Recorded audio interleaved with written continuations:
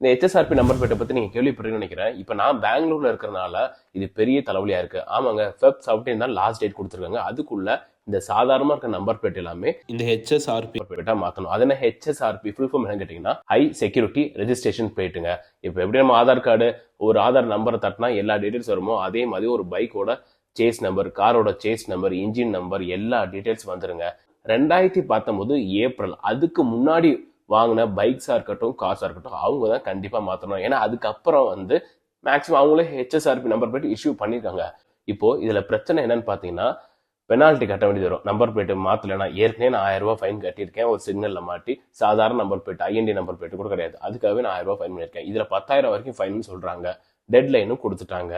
இதுல இப்ப ஹார்ட்ஷிப் எல்லாம் யாரெல்லாம் ஃபேஸ் பண்றாங்கன்னா நிறைய பேத்துக்கு அந்த பைக்கோட பிராண்ட்ஸ் பேரே வர மாட்டேங்குதுன்னு சொல்றாங்க. இப்போ எனக்கு ராயல் என்ஃபீல்ட் அப்படின்னா எனக்கு ஈஸியா வருது, ஆனா இதுல சில ஃபேக் வெப்சைட் வேற இருக்குங்க.